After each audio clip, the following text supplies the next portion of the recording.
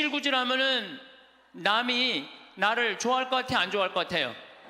어떤 사람이랑 동업하지 말아라. 첫 번째, 개인적인 욕심이 너무 강한 사람과 동업하지 마라. 딸, 정유라, 그 이상한 고등학교, 이상한 대학교, 비정상적으로 개인적인 욕심이 너무 강했던 사람이죠. 사명감이 없는 사람과 동업하지 마라. 사명감이 없는 사람. 여러분들, 만약에 내 친구가 대통령이야. 그럼 나는 목에 칼이 들어와도 이 5천만을 생각하라고 난 얘기할 것 같아. 그런 사명감 가질 것 같아. 내 친구가 대통령이라면은 내 개인적인 대통령의 힘을 빌려갖고 내 개인적인 욕심 안 채우고. 세 번째, 인간미가 없는 사람과 동업하지 마라. 부정적인 사람과 동업하지 마라. 인생에 원칙이 없는 사람과 동업하지 마라. 우리가 인생을 살면서는 원칙이 꼭 필요해요. 저는 어떤 원칙이 있느냐면 1 더하기 1은 2다. 이게 내 인생의 원칙 중에 하나예요. 무슨 얘기냐면 1억 드리고 1억 은행에 대출 받아갖고 2억짜리 아파트 사면 2억이야. 근데 우리는 무슨 생각해? 1억 내 돈 갖고 1억 대출 받아갖고 2억짜리 아파트 사면 10억 되길 바라잖아요. 그때부터 불행한 거예요. 그래서 나는 1 더하기 1은 10이 아니라 1 더하기 1은 2야. 욕심 부리지 말라는 거예요. 그리고 내 인생의 원칙 중에 하나는 그 달에 번 돈은 그 달에 다 써라. 이게 내 원칙이에요. 그 달에 번 건 그 달에 다 써라. 예. 특히 신부는 쌓여 있으면은 딴 생각하게 돼 있어요. 그래서 그 달에 번 건 그 달에 다 써라. 그리고 내 최고의 원칙은 뭐냐면 인생은 별거 없다. 먹고 마시고 놀자. 여러분들, 제가 작년에도 말씀드렸고 올해도 말씀드렸어요. 인간은요, 먹고 마시고 놀지 않으면요 인간이 안 돼요. 내가 대통령 얘기를 안 할래야 안 할 수가 없는데, 우리 대통령께서는 어렸을 때부터 경호원 따라다녔어요. 그리고 은둔 생활하고 그리고 국회의원 되고 대통령 됐어요. 평범한 사람들이랑 먹고 마시고 놀 시간이 없었어요. 사람은요, 평범한 사람들이랑 먹고 마시고 웃고, 우리 예수님처럼 먹보요 술꾼으로 어려운 사람들 속에서 살아야지 사람이 되는 거예요. 그걸 못하면은요 많은 부분을 잃어버릴 수 있어요. 그리고 감사할 줄 모르는 사람과 동업하지 마라. 그리고 7. 불교, 불효하는 놈과 사귀지 마라. 사람에게 각박하게 구는 사람과 사귀지 마라. 시시콜콜 따지는 사람과 사귀지 마라. 받기만 하고 주지 않는 사람과는 사귀지 마라. 이게 내 원칙 중에 하나예요. 받기만 하고 주지 않는 사람과는 사귀지 마라. 아부를 잘하는 사람과는 사귀지 마라. 권력자 앞에 원칙 없이 구는 자와 사귀지 마라. 동정심이 없는 사람과는 사귀지 마라. 그러니까 우리가, 여러분들, 친구를 잘 사귀어야 돼. 친구를 잘못 사귀면은 인생을 망가뜨릴 수밖에 없어요. 30대 때는 주교님 욕도 가장 많이 한 게 내 30대 주교님 욕도. 뭐 왜 성당을 분가를 하냐, 교회 정신에 어긋났다 막. 그리고 30대에 내가 처음 본당 신부를 갔는데 교우가 4,000명이에요. 4,000명. 근데 사실은 신학교에서 공부했지 사회 경험이 뭐가 있어요. 근데 이 교우들은 막 교수들도 있고 박사들도 있고 무슨 국회의원도 있고 군수도 있고, 근데 이게 내가 모르는 척하고 잘 모르는 거 하면 내가 눌리잖아요. 그러니까 무조건 아는 척하는 거야. 무조건 아는 척하고 틀려도 일단 우기는 거야. 따라오라고. 30대 때는 정말 그랬어. 30대 때는 참 내가 보기엔 참 한심한 시간을 보냈죠.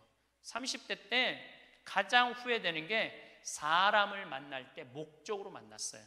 무슨 얘기냐면 군수, 국회의원, 돈 많은 사람들 만나면 나 환경운동하는데 저 사람 좀 도와주지 않을까 해서 참 시간 만들어서 만나주고, 아이 뭐 저 교우들이 뭐 그냥 평범한 교우 나 바쁘다 그러고 그런 사람들이 만나자 그러면 그냥 시간 내서 만나고, 정말로 지워버리고 싶은 내 모습 중에 하나였어요. 30대 때 이립은 했으나 성숙하지 못한 나이였죠. 쓰긴 섰지만은 성숙하지가 않았어요. 30대 때. 그러니까 30대 때는 배신도 많이 당했어요. 배신을 왜 당했겠어? 내가 바라는 게 많은데 부자들 막 오면 신부님 내가 좀 도와줄 수 있을 것 같아요. 뭐 땅이 팔리면은 뭐 도와줄 수 있을 것 같아. 그래갖고 계속 만나고 밥도 먹고 그러는데 이놈의 땅이 팔리지도 않고 도와줄 생각도 안 하는 거야. 30대 때 그랬어요. 30대 때는 이렇게 생각해 보면은 나 혼자 잘난 척하고 아는 척하고 있는 척하고 그랬던 세월이 내 30대. 그리고 30대 때는 듣지도 않았어요. 그냥 내 말하기 바빴어. 황창현 신부님의 행복 특강 지금 바로 시작하겠습니다.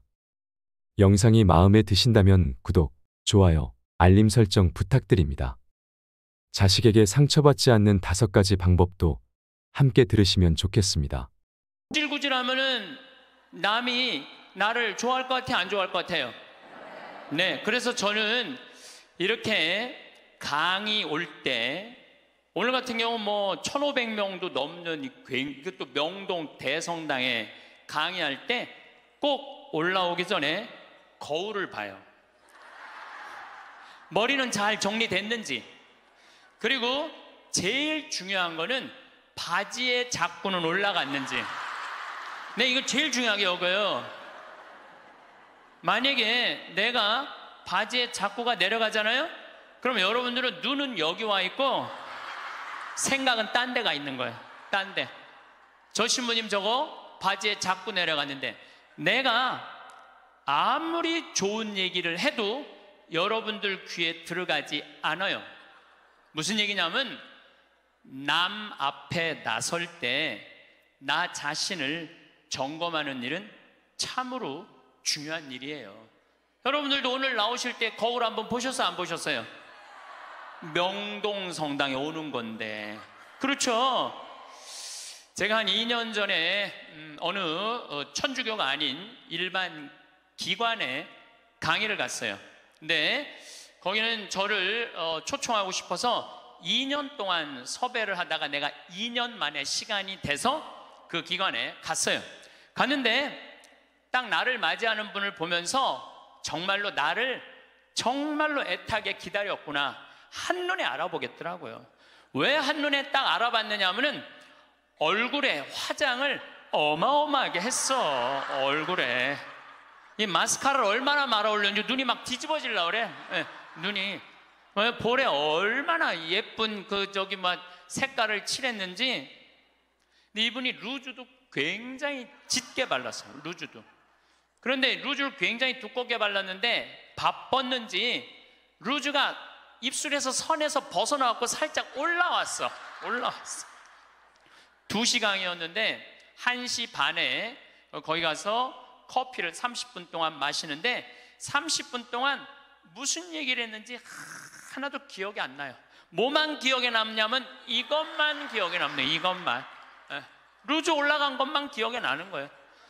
2년이 지난 지금도 그분을 생각하면 아무 생각이 안 나. 뭐만 생각나냐면 이것만 생각이 나. 이것만. 그분이 굉장히 그날은 그 지역 기관장들 초청 강의 날이었어요. 그렇게 중요한 날에 나설 때 화장을 하고 난 다음에 거울을 한 번만 점검을 했다면 나한테 이 느낌을 주지 않았을 텐데. 근데 더 슬픈 건 뭐였느냐 하면 그 사무실에 직원이 8명이 있었어요. 8명이 있었는데 아침부터 그걸 봤을 거예요.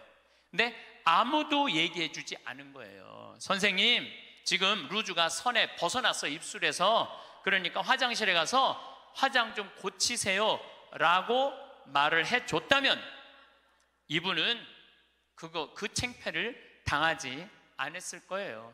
우리는 인생을 살아가면서 내가 내 자신을 점검하는 일도 중요하지만 내가 나를 점검할 수 없다면 누가 나를 점검해 줘야 되냐면 친구가 나를 점검해 줘야 돼요. 그래서 여러분들 인생에는요 친구가 참으로 중요해요. 친구, 나를 점검해 줄 수 있는 친구. 내가 지금 제대로 살고 있나? 제대로 살고 있지 않는가? 옆에서 혼내주고 충고해줄 친구가 필요하다는 거예요. 저는 신부로 살면서 뭐 좋은 신부들이 많죠. 내 멘토가 3명이 있어요. 첫 번째 멘토 신부는 나보다 3살 나이가 많은 신부예요. 이분은 우리 수원 교구에 사회복지를 꽤 오래 하신 분이에요. 항상 장애자들하고 사시는 분이에요. 근데 이분하고 얘기를 하면은 굉장히 영성적이에요. 정말로 신비가들, 영성가들 이야기를 이렇게 해줄 때 이 신부님을 만나서 하룻밤 자면서 얘기를 하면은 하루 피정하는 기분이에요. 근데 하루는 평창 우리 생태마을에 하룻밤 저하고 이야기를 나누려고 오셨어요. 근데 갑자기 내 옷장을 딱 열어보시더니 제가 강의를 많이 하니까 양복이 많잖아요. 또 내가 한 번은 이렇게 양복이 이렇게 긴 거 이렇게 입고 방송에 나갔더니 할머니들이 신부님 저 긴 양복 입는다고 양복을 맞춰서 보내준 양복도 많아. 평창까지. 그러니까 양복이 한 10몇 벌이 있었어요. 근데 그 신부님이 이런 이야기를 저한테 하시더라고요. 황 신부, 아무리 강의하는 신부지만 양복이 너무 많은 거 아니야? 예수님은 한 벌만 입고 다니라고 그랬는데, 근데 실질적으로 그분은 양복이 2벌밖에 없으세요. 내가 그때 얼마나 창피했는지 몰랐어요. 얼마나 내 자신이 부끄러웠는지 몰라요. 그래서 그 양복 다 정리해갖고 여기 주고 저기 주고 양복을 줄였어요. 그러니까 무슨 얘기냐면은 나를 혼내줄 수 있는 신부가 중요한 거예요. 한 2주 전에 저한테 무슨 일이 있었느냐면 어떤 자매님이, 평창이 굉장히 춥거든요. 기본적으로 영하 10도에서 15도가 내려가요. 산속이니까. 그러니까 신부님 추우니까 이거 옷 하나 신부님 거 샀다고 밤에. 근데 딱 입었는데 옷이 따뜻하게 느낌이 좋더라고요. 근데 신부님 뭐 택인지 그거 띄시면 안 된다고, 혹시 수리받을 일이 있으면 그게 필요하니까 신부님도 휙 버리지 마시라고. 그래서 이제 집에 와갖고 그걸 띄고 딱 가격표를 딱 봤는데 165만 원짜리야. 어쩐지 좋더라고. 그런데 그걸 보고 누구 생각이 났느냐면 우리 베드로 신부 생각이 났어요. 베드로 신부가, 장애자들하고 사는 신부가 내가 이 옷을 입고 다니면 뭐라고 그럴까? 분명히 너 제정신이냐 혼냈을 거예요. 또 내가 이렇게 우리 교우들 뭐 여러분들을 무시하는 게 아니라 여러분들 뭐 입어봐야 20, 30만 원짜리 옷 입고 있잖아요. 근데 내가 160만 원짜리 잠바 입고 다니면서 행복을 얘기할 수 있는 자격이 있을까? 그래서 다음날 그 옷을 그분한테 돌려줬어요. 내가 고민을 어마어마하게 했어요. 근데 돌려주면서 이런 말을 했어요. 내 영혼을 죽이려면은 이런 옷을 자꾸 갖다 줘라. 근데 정말로 나를 사랑한다면 나는 10만 원, 20만 원짜리면 족하다. 왜 그렇게 비싼 옷을 나한테 선물을 하느냐. 근데 아마 나에게 그 베드로 신부가 없었으면 눈 감고 입고 다녔을지도 몰라요. 나를 혼내줄 수 있는 신부, 그게 멘토라는 거예요. 두 번째 신부는 굉장히 철학적인 신부예요. 이 신부님은 나보다 4살인가 나는 사실은 나이 많은 거 별로 안 따져요. 뭐 120년 동안 살면서 뭐 3살, 4살 그걸 따져. 네가 형이냐 내가 동생이냐. 근데 4살 정도 많은 형인데 이 형은 굉장히 철학적인 신부님이에요. 굉장히 철학적인 신부예요.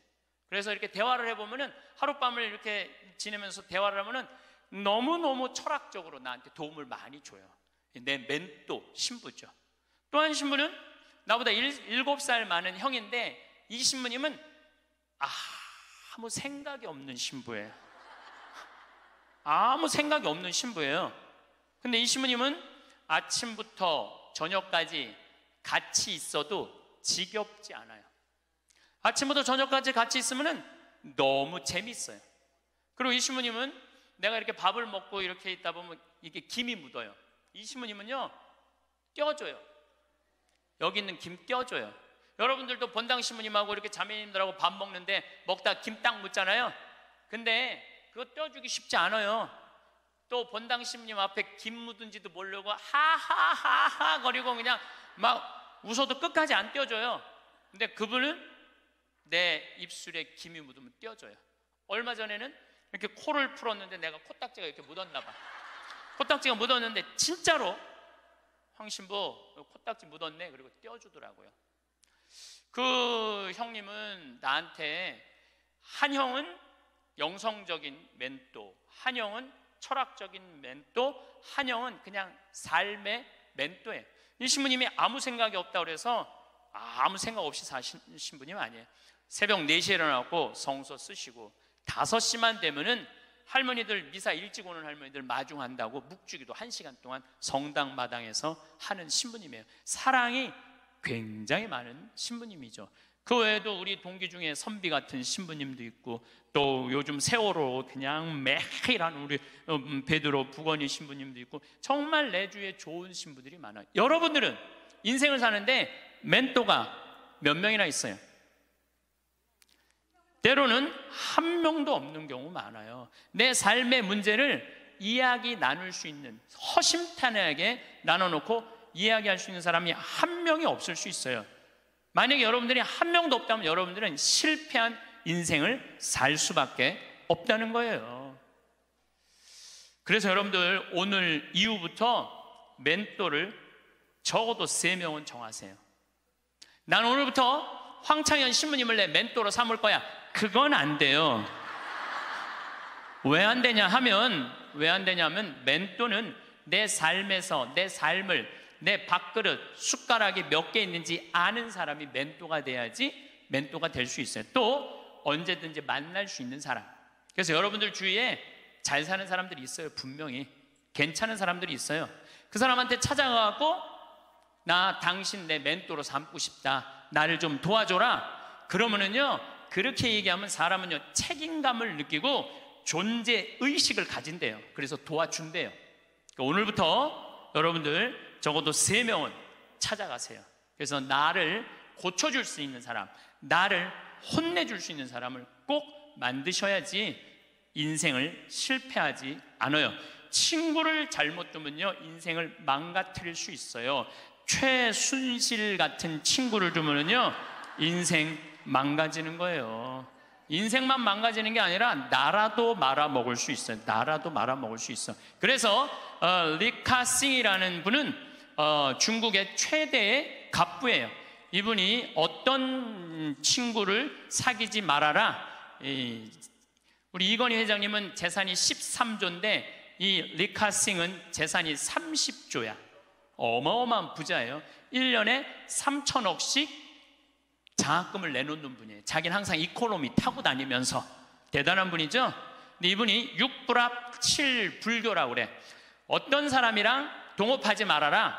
첫 번째, 개인적인 욕심이 너무 강한 사람과 동업하지 마라.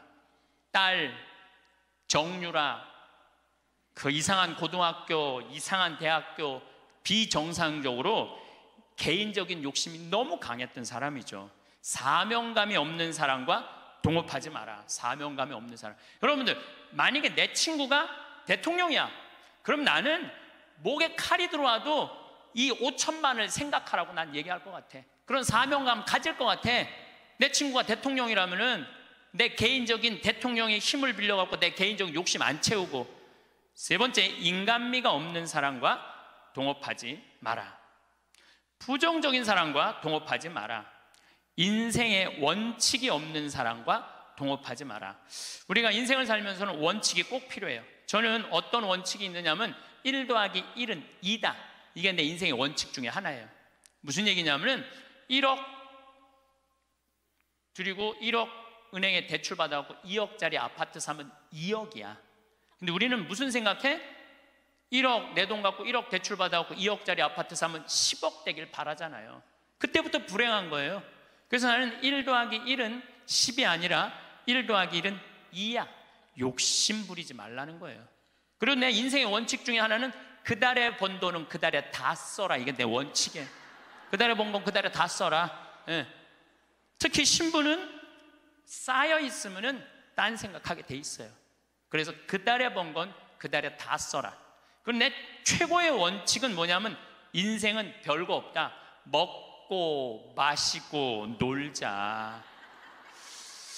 여러분들, 제가 작년에도 말씀드렸고 올해도 말씀드렸어요. 인간은요, 먹고 마시고 놀지 않으면요, 인간이 안 돼요.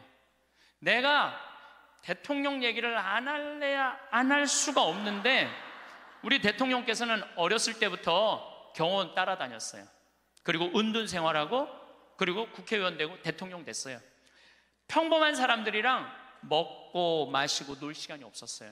사람은요, 평범한 사람들이랑 먹고 마시고 웃고, 우리 예수님처럼 먹보요 술꾼으로 어려운 사람들 속에서 살아야지 사람이 되는 거예요. 그걸 못하면은요, 많은 부분을 잃어버릴 수 있어요. 그리고 감사할 줄 모르는 사람과 동업하지 마라. 그리고 7. 불교. 불효하는 놈과 사귀지 마라. 사람에게 각박하게 구는 사람과 사귀지 마라. 시시콜콜 따지는 사람과 사귀지 마라. 받기만 하고 주지 않는 사람과는 사귀지 마라. 이게 내 원칙 중에 하나예요. 받기만 하고 주지 않는 사람과는 사귀지 마라. 저는 참 많이 받아요. 정말 많이 받는 사람 중에 하나예요. 작년에 할머니가 나한테 100억 기증했는데 올해 100억을 더 기증해갖고 200억을 내가 받았잖아요. 그리고 내가 잠비아 돕는다고 1000만 원씩 도와달라고 그랬는데 그렇게 100명도 넘게 저를 도와줬어요. 정말 그 명단을 쭉 보니까 나한테 정말 많은 분들이 1000만 원씩 보내줬더라고요. 이번에 내가 가을에 내 배추 심고 고추 심고 무 심어갖고 김장해갖고 농약 하나도 안 친 거, 그래갖고 다 보내줬어. 그분들 싹 다 보내줬어. 싹 다 보내줬는데 내가 그랬잖아요. 받기만 하고 주지 않는 사람하고는 사귀지 말라고. 근데 나는 정말 고마워서 보내준 거야. 그런데 놀랍게도 신부님, 우리가 이런 거 바라고 신부님한테 봉헌한 거 아니에요. 이거 받고 그냥 있을 수가 없어요. 그래갖고 또 돈을 그분들 중에 보내준 게 2천만 원이 또 넘어. 신기하죠. 나는 정말로 좋은 마음으로 해. 맛있는 김장 보내주고 싶어서 보내줬는데 그게 또 고맙고 감사한가 봐. 인생은 그렇게 즐거운 거죠. 아부를 잘하는 사람과는 사귀지 마라. 권력자 앞에 원칙 없이 구는 자와 사귀지 마라. 동정심이 없는 사람과는 사귀지 마라. 그러니까 우리가 여러분들 친구를 잘 사귀어야 돼. 친구를 잘못 사귀면은 인생을 망가뜨릴 수밖에 없어요. 나는 과연 내가 내 모습을 볼 수 없다면 내 모습을 볼 수 있는 사람, 나는 누구를 지금 선정하고 살아가고 있는가? 누구를 내 멘토로 정하고 살아가고 있는가? 깊이 반성해야 돼. 나도 내 인생에 3명 멘토가 있고 여러분들도 3명의 멘토가 있는데, 우리 대통령도 그런 사람들, 학식이 깊고 공부 많이 한 사람들의 얘기를 들었다면 오늘 같은 사단이 나지 않았을 거예요. 여러분들, 솔로몬 임금님이, 하느님이 내가 너한테 영화를 주랴, 명예를 주랴, 돈을 주랴. 그러니까 솔로몬이 뭘 달라고 그래요? 아니에요. 지혜가 아니라 원문을 보면 듣는 마음이에요. 지도자는요, 듣는 마음이 있어야 돼요. 누구한테? 우리들이 말하는 그 정말로 전문가들 이야기를 듣는 마음을 가지고 있으면 제대로 된 지도자가. 근데 누구한테 들어야 돼? 제대로 된 사람한테 들어야죠. 이런 친구 여러분들 꼭 가지셔야 돼. 그러면은 여러분들 인생을 실패하지 않을 수 있습니다. 저는 요즘 우리나라 이 사회가 복잡하죠. 사드 문제 때문에 중국, 우리나라 지금 다 경제 차단하고 있어요. 지난주에 제가 제주도 피정을 갔다 왔는데 서귀포로 갈 때 택시를 탔는데 지금 중국 사람들 거의 안 들어온대요. 중국 사람들. 왜냐하면 세무조사 들어간대. 땅 산 거 지금 그 사람들 투자 못 한대. 왜 그러냐면 세무조사 다 들어가서. 그래갖고 너무너무 힘들어. 지금 대통령 내려와라 올라가라 이거 문제할 게 아니에요. 지금 경제가 얼마나 어려운지 몰라요. 지금 며칠 전에는 시화공단에 있는 본당에 강의를 갔어요. 근데 그 본당 신부가 그러는 거예요. IMF 때보다도 공장이 더 많이 나온다는 거야. IMF 때보다 공장 팔겠다고. 그러니까 지금 나라 경제는요 심각한 거예요. 지금 대통령 올라가고 내려가고 문제가 아니야. 국민들은 지금 빚이 얼마나 많이 늘었어요. 그 전셋값 하늘로 뛰고 참 답답하죠. 지도자들은 저희들끼리 누가 권력을 다음에 먹을 거냐에 눈이 멀어 있고 참 답답하죠. 그런데 답답해하지 마시라고. 왜 답답해하지 마시라고 말씀을 드리냐면 우리나라는요, 뭐 5.16 혁명, 뭐 그다음에 이 5.18 광주, 뭐 우리 정말 그 아이들 그 군인들이 죽이고 뭐 IMF, 그래도 나라는 발전하고 있어요. 그리고 100만 명, 200만 명이 데모를 하는데도 어때요? 휴지 하나 없고 폭력 하나 없잖아요. 전 세계에서 이런 나라가 어디 있어요? 내가 보기엔 국민들 수준은 하늘 끝까지 올라가 있어. 국민들이 탄탄하면은요, 다른 나라 같으면 이러면 벌써 전쟁하고 총 쏘고 난리 났을 거예요. 그런데도 국민들이 수준이 높기 때문에 내 눈에는 아무 문제도 아니야. 난 대한민국이 희망적인 나라라고 생각을 해요. 국민들은요, 공무원들, 요즘 9급 공무원들, 8급 공무원들, 7급 공무원들 열심히 해요. 제가 뭐 여주 여러 환경운동 하면서 이제까지 내가 만난 하급 공무원들, 일반 우리 여러분들 자식들은 다 도와줬지 나를 방해한 사람 하나도 없어요. 근데 내가 올라가고 국회의원한테 얘기한 것도 아니고 도지사한테도 얘기한 거 아니야. 난 7급 공무원한테 가고 내가 우리나라 국민들 쉴 수 있는 공간을 꾸미고 싶다, 나를 좀 도와줘라. 그랬더니요, 그 여주에 있는 그 7급 또 과장급들이 평창까지 와서 다 보더니 자기네들끼리 모여서 정말로 우리 이런 거 도와주자 합의를 해갖고 다 도와주는데 기가 막히더라고요. 이번에 우리나라가 그런 거에 대한 혁신을 이루는 좋은 기회가 됐으면 저는 좋겠다는 생각을 합니다. 어쨌든 다시 자신 껴안기로 돌아가서 소크라테스는 뭐라고 그랬죠? 너 자신을 알라고 그랬죠? 덴마크에 그 유명한, 갑자기 이름이 생각이 안 나는데 동화 작가가 벌거숭이 임금 안데르슨, 똑똑하시네. 덴마크에 안데르슨이라는 동화 작가가 있는데 벌거벗은 임금님 얘기를 해요. 벌거벗은 임금님, 이 임금님은 평상시에 뭐를 좋아하셨느냐면 옷을 입고 자랑하는 걸 참 좋아하셨어. 옷을 입고. 근데 그 사기꾼 둘이서 임금님을 찾아가요. 임금님, 내가 기가 막힌 천을 짤 줄 안다고. 기가 막힌 천을. 근데 이 천은 바보 눈에는 안 보인다고. 바보 눈에는 안 보인다고. 그래갖고 그럼 한번 짜봐라. 그래갖고 이제 돈을 받았어요.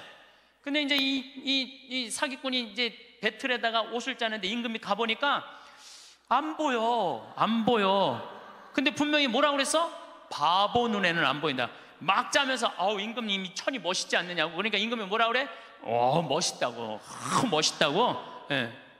신하들을 데리고 와갖고 신하들도 보여주라고. 이제 신하들이 와서 보니까 임금님이 멋있다고 그러니까 바보 눈에는 안 보인다니까 신하들도 뭐라고 그래? 멋있다고 그래.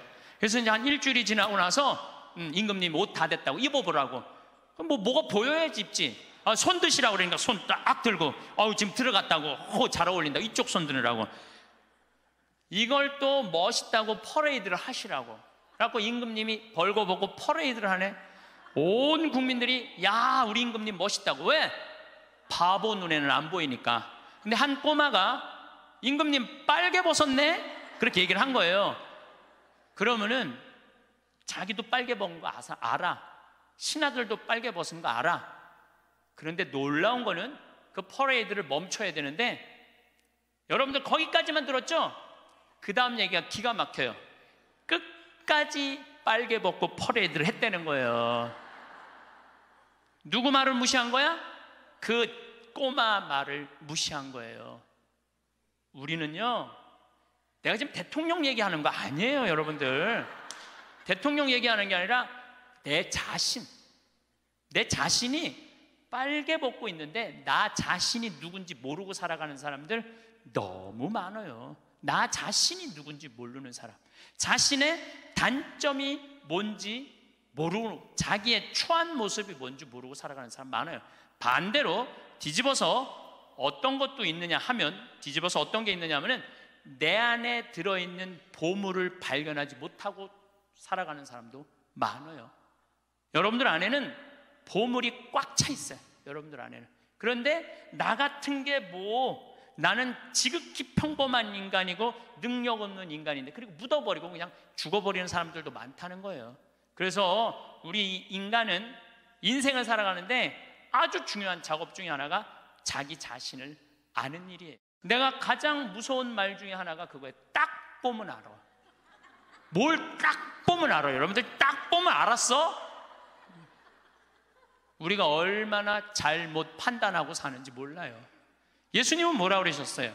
예수님은 이렇게 말씀하십니다. 마태복음 7장에 보면 남의 눈에 있는 티끌 끈을 생각하지 말고 네 눈에 있는 들보 끄내라고. 누구를 들여다보라는 거야? 자신을 들여다보라는 거예요. 그래서 내 자신이 누구냐? 이거 꼭 물어보셔야 돼요. 내 자신이 누구냐? Who am I? 내가 정말로 영어 오래간만에 한번 쓰는데 Who am I? 나는 누구이냐? 저는 천주교 신부예요. 그렇잖아요. 난 천주교 신부예요. 천주교 신부고, 과연 내가 교우들한테 뭐를 전해주는 사람이냐? 하늘나라의 기쁜 소식, 군 뉴스를 전해주는 사람이에요. 그러니까 나는 어떻게 살아야 돼? 내가 하늘나라의 복음, 기쁨을 알아. 그러니까 나를 통해서 교우들은 뭐를 느껴야 돼? 기쁨을 느껴야 돼. 근데 내가 맨날 인상 쓰고 나는 너무 사는 게 힘들어, 사는 게 지겨워 죽겠어, 이놈의 사제복 너무 무거워, 이러면 여러분들 나를 보고 기쁨을 느끼겠어요? 못 느끼죠. 하느님으로부터 오는 기쁨을 나는 교우들한테 전해줘야 돼. 또 요한 1서의 말씀처럼 사랑, 하느님의 사랑, 우리가 하느님을 사랑하는 게 아니라 하느님이 우리를 사랑하는 것을 나는 교우들한테 알려줘야 돼. 왜? 나는 사제니까. 나는 사제니까 내가 누구냐를 물어봤을 때 교우들은 날 통해서 위로를 받아야 돼요. 누가 전해주는 위로? 예수님이 전해주는 위로를 받아야 돼. 기쁨을 받아야 돼. 요즘은 이제 4년 전부터 제가 잠비아를 이렇게 다니고 있는데 전 참 행복해요. 왜 행복했냐면 한국은 뭐라고 해도 먹고 살만한 나라예요. 지금 뭐 어쩌고 저쩌고 해도 경제 세계 12위야. 국민소득 28,000달러야. 여러분들 지금 옷 입고 있는 거 보면은 다 기가 막힌 거 입고 앉아 있어요 지금. 네. 한국은 문제 없어요. 근데 잠비아를 다녀보니까 대부분 다 맨발로 다녀요. 대부분 다 맨발로 다녀. 그런데 이번에 잠비아를 갔을 때 그 병원을 운영하는 마들렌이라는 수녀님이 나한테 면담을 청하더라고요. 신부님이 지금 잠비아에 농업대학, 신학교 이런 거 짓는 거 좋습니다. 그런데 잠비아에는 어떤 아이들이 많으냐면 에이즈 걸린 아이들이 많다는 거예요. 에이즈가 걸린 아이들. 근데 어떤 아이들이 에이즈에 걸리느냐면은 엄마가 엄마가 있대. 정신지체아 엄마가 있으면 동네에서 이놈도 건드리고 저놈도 건드리는 거야. 이놈도 건드리고 저놈도 건드리니까 그러니까 이놈도 건드리고 저놈도 건드리니까 에이즈가 걸리는 거죠. 에이즈가 걸려서 애가 생기면은 얘도 대부분이 에이즈에 걸려서 나온다는 거예요. 근데 정신이 좀 모자라는 엄마니까 아무도 안 돌본다는 거예요. 그러면 이 여자도 버림받고 아이도 버림받아갖고 가장 기본적인 생활도 못하는 아이들이 참 많다는 거예요. 수녀님이 눈물을 흘리면서 신부님, 우리들 에이즈 어린아이들 집 줘주면 안 되겠느냐고. 30명 정도 되는 아이들 머무를 수 있는 집을 줘달라는 거예요. 근데 제가 한 대 머리를 맞았어요. 왜냐하면 나는 어마어마한 큰 도시의 큰 대학 건물을 생각했지 에이즈 아이들 집을 줘준다는 생각은 하나도 안 했어요. 저는 혼자서 정말로 예수님한테 죄송했어요. 그리고 그 수녀님의 눈물을 보면서 가슴이 참 아팠어요. 그래서 수녀님한테 약속했어요. 내가 주겠다고. 내가 또 마음이 약해요. 그래갖고 이 담도 다 치고 이제 이 바닥 공구리도 다 치고 이제 올라가기 시작을 했어요. 그 사진이 오는데 기분이 너무너무 좋더라고요. 그러니까 내가 누구냐라는 질문을 하기 시작하니까 내가 어떻게 살아야 되는 답이 나오는 거야. 내가 누구냐.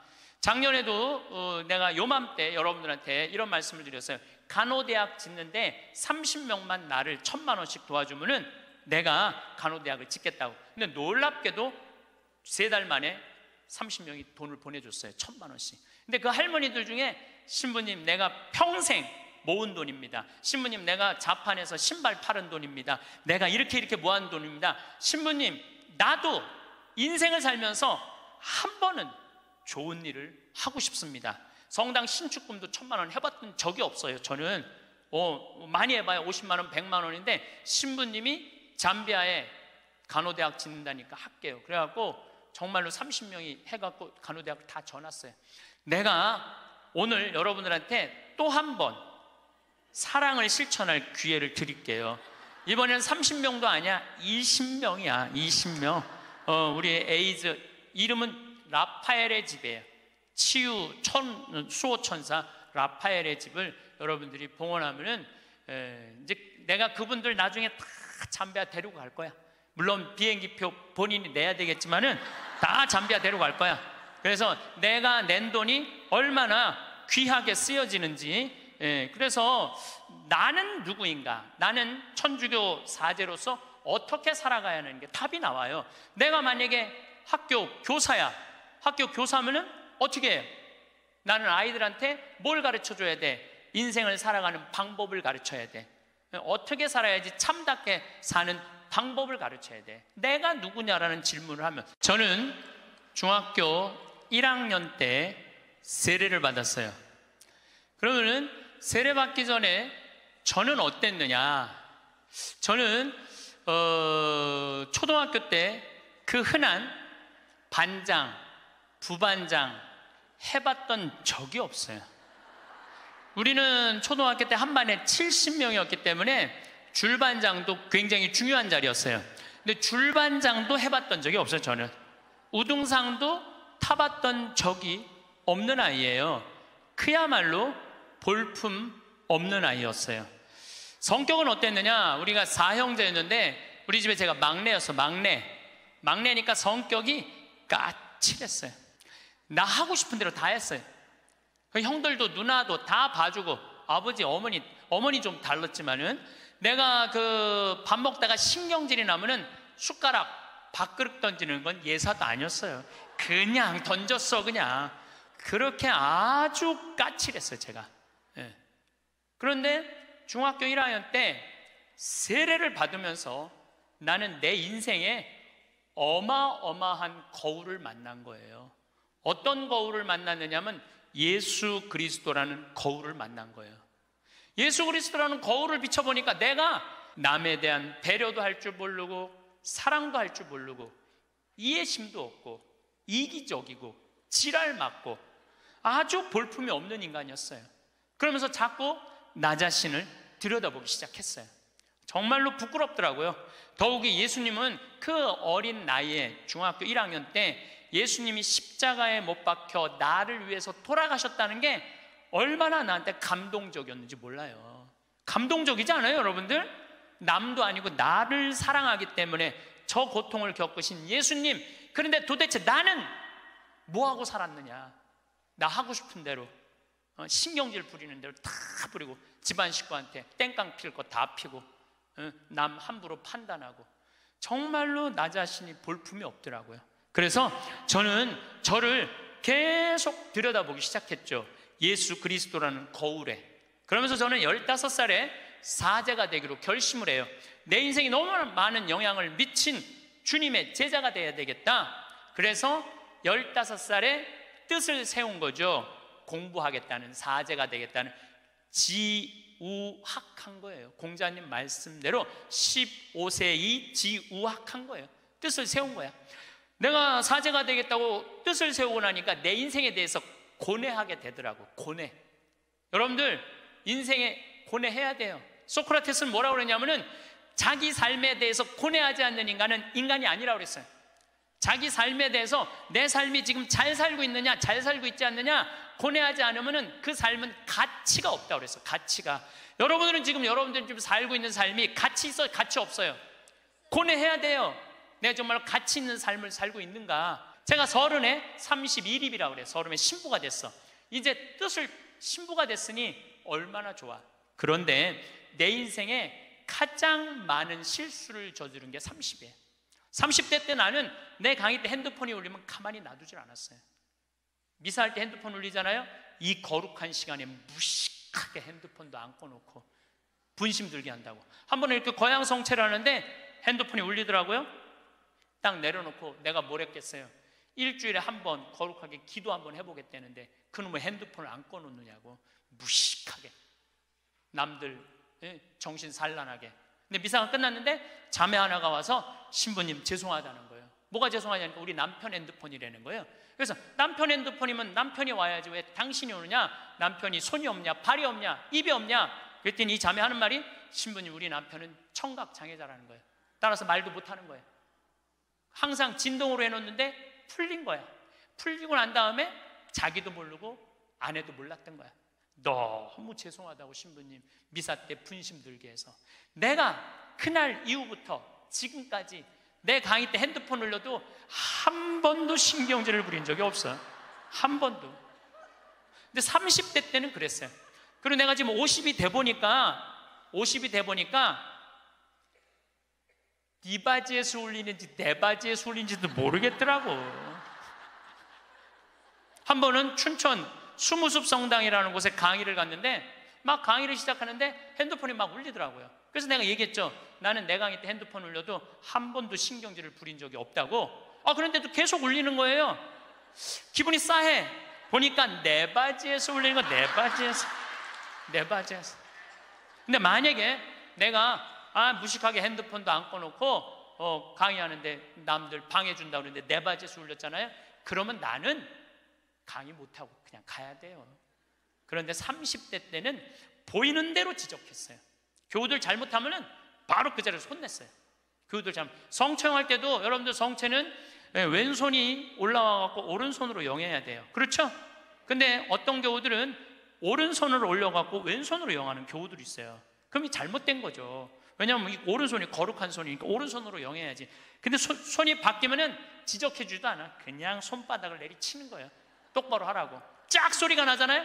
그럼 뒤에 성체 영화로 나오는 교우들이 내가 굉장히 무서웠으니까 보면 어떻게 하고 나오느냐면 막 이러면서 나와요. 마지막에 와서 틀려 또 보면은.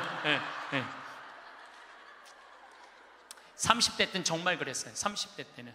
근데 40대 때는 생각을 해보니까 주부들이 손목 관절염 있는 주부들이 있어. 그러니까 이게 안 돌아가는 거야. 안 돌아. 그러니까 반대로 하는 거예요. 근데 30대 때는 그런 걸 몰랐어요. 그냥 원칙대로 하는 거. 원칙대로. 그러니까 손바닥을 내리치고 그 짓을 했죠. 참, 나는 30대 내 인생을 지워버리고 싶어. 그래서 40이 되면서는 뭐 이제는 왼손으로 올리든 오른손으로 올리든 상관하지 않아. 왼손으로 올리면 왼손에 영해드리고 오른손으로 영해드려. 근데 어떤 경우들은 헷갈리니까 그냥 이렇게 나오는 교우들도 있어. 그럼 내가 어떻게 하는 줄 알아? 그냥 정가운데다 영해드려. 정가운데다. 30대 때는 주교님 욕도 가장 많이 한 게 내 30대 주교님 욕도. 뭐 왜 성당을 분가를 하냐, 교회 정신에 어긋났다 막. 그리고 30대에 내가 처음 본당 신부로 갔는데 교우가 4,000명이에요. 4,000명. 근데 사실은 신학교에서 공부했지 사회 경험이 뭐가 있어요. 근데 이 교우들은 막 교수들도 있고 박사들도 있고 무슨 국회의원도 있고 군수도 있고. 근데 이게 내가 모르는 척하고 잘 모르는 거 하면 내가 눌리잖아요. 그러니까 무조건 아는 척하는 거야. 무조건 아는 척하고 틀려도 일단 우기는 거야. 따라오라고. 30대 때는 정말 그랬어. 30대 때는 참 내가 보기엔 참 한심한 시간을 보냈죠. 30대 때 가장 후회되는 게 사람을 만날 때 목적으로 만났어요. 무슨 얘기냐면 군수, 국회의원, 돈 많은 사람들 만나면 나 환경운동하는데 저 사람 좀 도와주지 않을까? 그래서 참 시간 만들어서 만나주고, 아니 뭐 저 교우들이 뭐 그냥 평범한 교우, 나 바쁘다 그러고 그런 사람들이 만나자 그러면 그냥 시간 내서 만나고, 정말로 지워버리고 싶은 내 모습 중에 하나였어요. 30대 때 일입은 했으나 성숙하지 못한 나이였죠. 쓰긴 섰지만은 성숙하지가 않았어요. 30대 때.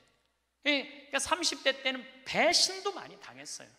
배신을 왜 당했겠어? 내가 바라는 게 많은데, 부자들 막 오면 신부님 내가 좀 도와줄 수 있을 것 같아요. 뭐 땅이 팔리면은 뭐 도와줄 수 있을 것 같아. 그래갖고 계속 만나고 밥도 먹고 그러는데 이놈의 땅이 팔리지도 않고 도와줄 생각도 안 하는 거야.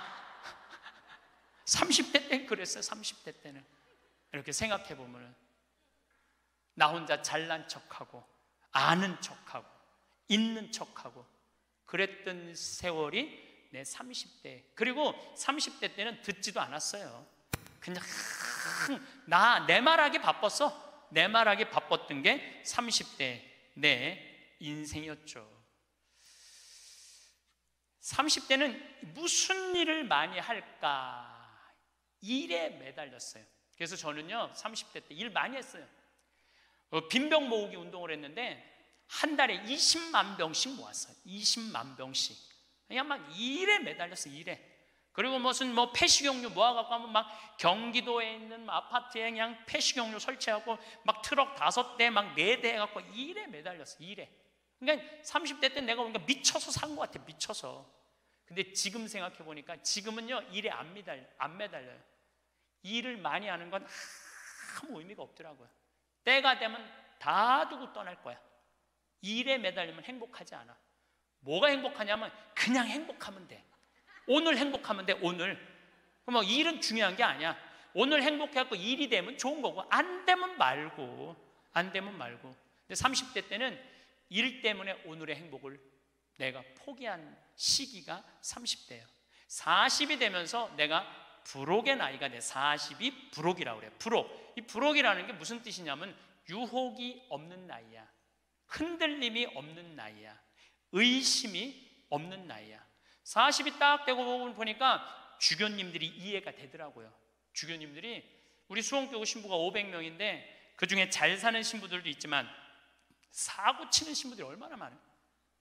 여자 문제, 돈 문제, 교우들하고 싸우는 문제, 정말 복잡하겠더라고요. 그 500명의 신부들을 관리하려고 그러니 주교님들이 얼마나 머리가 아파요.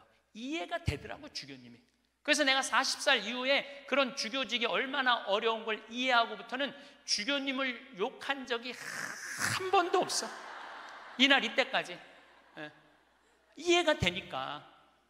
그리고 유혹이라는 게 뭐예요? 불혹이라는 게 뭐예요? 신앙에서도 별로 유혹받을 게 없어. 하느님에 대한 확신, 하느님이 이 세상에 오셨고 예수님 부활한 거에 대한 확신, 그리고 하늘나라 올라가셔서 우리 인생에 관여하고 있는 거에 대한 확신. 요즘 예수님 부활에 대한 확신이 왜 더 드느냐 하면은, 여러분들 예수님이 십자가에 못 박히기 전에 매질 당했다고 그래요. 채찍질. 그게 가죽으로 끝에 양뼈 조각, 쇠 조각이 있어요. 한 대 때리면은요 이 등에 살점이 다 묻어나고 뼈 조각이 다 드러나. 한 대 맞으면. 그래서 40대 이상 맞으면 죽는다고 그래요. 근데 예수님이 그 40대 39대를 맞았다는 거야. 그러니까 예수님 십자가에 올라가기 전 이미 이 피가 너무 많이 흘러갖고 등에 살점이라는 게 거의 없는 상태야. 그리고 십자가에 매달렸을 때 손바닥에 못 안 박아요. 손목에 박지. 왜냐하면 떨어지니까. 이건 찢어져고 금방 떨어지거든. 손목에 박으면 온갖 신경, 동맥, 정맥 다 지나가는 거야. 이 뼈가 양쪽에. 그리고 그 숨 쉬고 이러는 게 너무너무 힘들어갖고 숨이 막혀 죽는 거거든요. 근데 3일 만에 부활했잖아요. 3일 만에 부활을 했다고 3일 있다가 이제 계속 마리아 막달레나한테도 나타나고 베드로하고 요한한테도 나타나고 막 그러잖아요. 내가 보기에는 그 정도 맞았으면 3일 후에 부활하고 난 다음에 1년은 누워 있어야 돼. 그렇지 않아요? 1년은 내가 보기엔 누워 어딜 돌아다녀. 근데 막 갈릴레아도 갔다가 막 여기도 갔다가 무슨 엠마오도 막 그러잖아요. 확실히 우리가 생각하는 것과 다른 모습으로 부활하신 거예요. 우리가 생각하는 거 완전히 다른 모습으로 부활하셔서 제자들한테 11번 나타나시거든요. 그러니까 나는 그런 미혹되는 게 없는 나이가 40이 돼서 참 좋더라고요.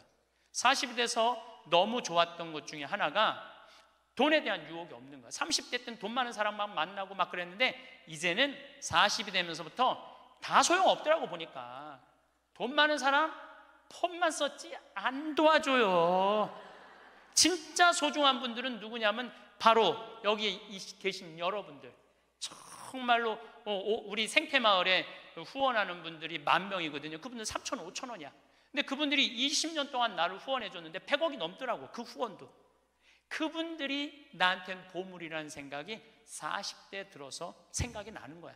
그러니까 지금은 부자가 오든 가난한 사람이 오든 폼을 쓰는 사람이 오든 폼을 안 쓰는 사람이 오든 아무 상관이 없어. 불혹이죠. 유혹받지 않는 거예요. 의심 가는 것도 없고 유혹받지 않는 거. 그러니까 마음 안에 미운 사람이 없으니까 뭐가 있냐면 평화가 있더라고. 평화. 근데 문제는 미운 놈은 하나도 없는데 마음에 안 드는 놈들은 너무 많아. 이 마음에 안 드는 놈이 너무 많은 거는 다음 시간에 이야기하도록 하겠습니다. 영광이 성부와 성자와 성령께, 성부와 성자와 성령의 이름으로 아멘. 네, 감사합니다.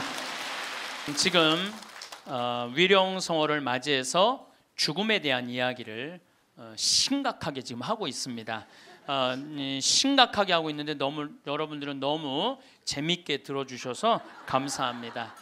제가 20년 전에 평택 비전동 성당에 본당 신부를 할 때요. 이제는 남 경험이 아니라 제 경험입니다. 이제까지는 책에 나온 얘기, 유튜브에 나온 얘기인데 지금부터는 제 얘기를 하도록 하겠습니다. 1월 1일 날이에요. 평화의 모후 성마리아 대축일 1월 1일 날 미사가 다 끝나고 밤 10시입니다. 보통 미사 다 끝나고 신부가 자기 소파에 앉을 수 있는 시간이 밤 10시거든요. 밤 10시에 앉아서 음악을 듣고 있는데 그 늦은 밤에 초인종이 울렸어요. 사제관. 그래서 내가 나갔더니 엄마, 아빠, 딸 둘이 저를 찾아왔어요. 근데 처음 보는 사람들이에요. 처음 보는 사람들이라 세배를 이 늦은 시간에 1월 1일 날 세배를 왔나? 문을 열고 나갔더니 세배 온 사람들이 아니야. 모르는 사람들이니까 어떻게 성당을 오셨습니까? 그랬더니 자기들 입교하려고 왔다는 거예요. 그래서 내가 물었어요. 왜 하필 1월 1일 밤 10시에 입교를 하려고 그러느냐?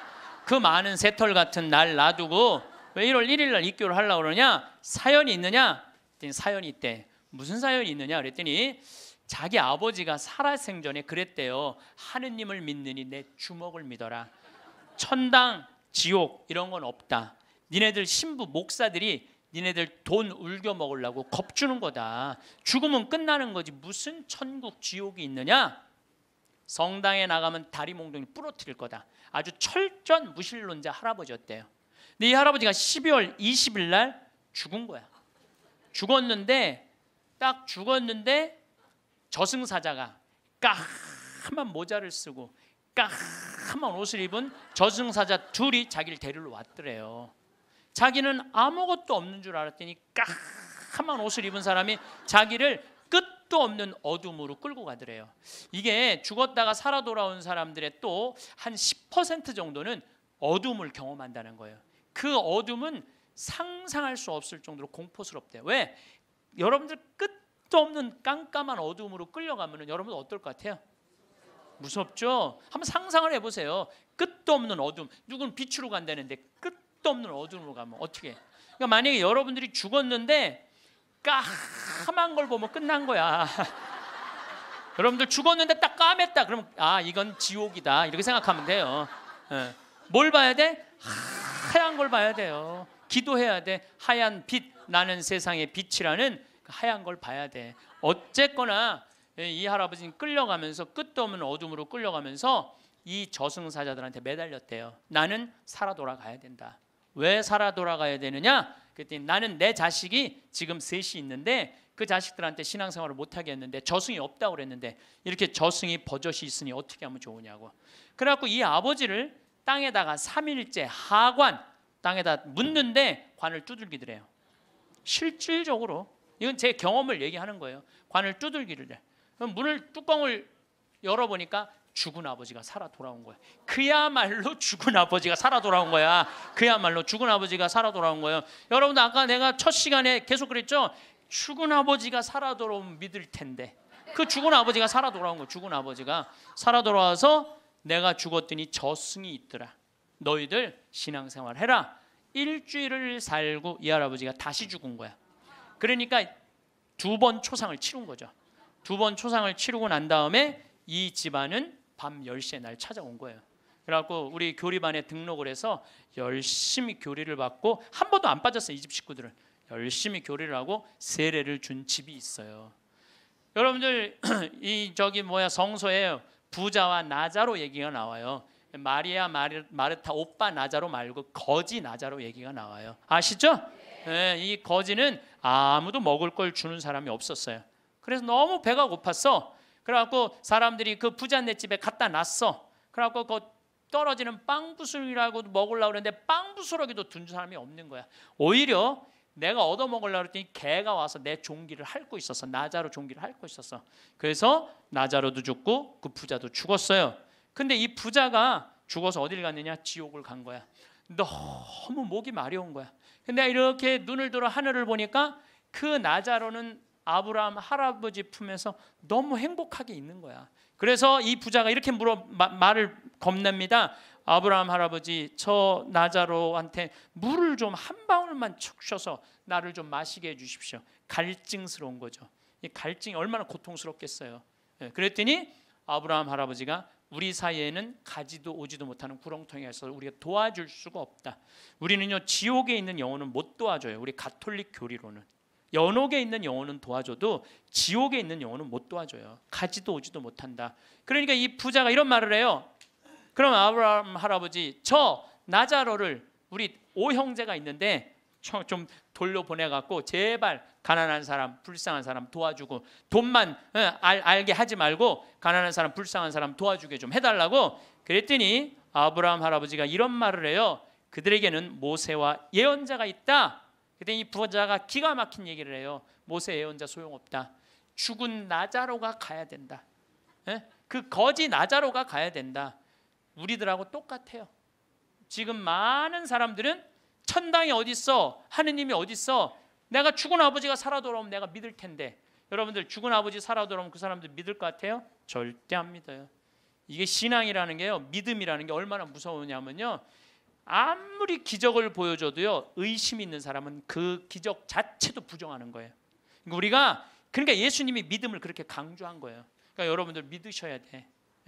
또 내가 신학생 때 잊지도 못하는 사건이에요. 우리 2층 집, 그 집도 다 세례받은 집인데 원래는 그 집은 절을 다녔어요. 절을 다녔는데 그분이 당뇨로 15년 동안 알아 누웠어요. 근데 죽기 3일 전에 부인한테 그러더래요. 여보, 수녀님 좀 모시고 오라고. 그랬더니 아내가 그랬대요. 당신 죽을 때가 되니까 스님하고 수녀님을 구분하지 못하느냐고. 당신은 절에 다니기 때문에 스님을 모시고 와야 된다고. 아니라고. 수녀님을 모시고. 아래층, 그분이 정확하게 얘기하더래. 아래층 신학생 있는 그 성당에 수녀님을 모시고 오라고.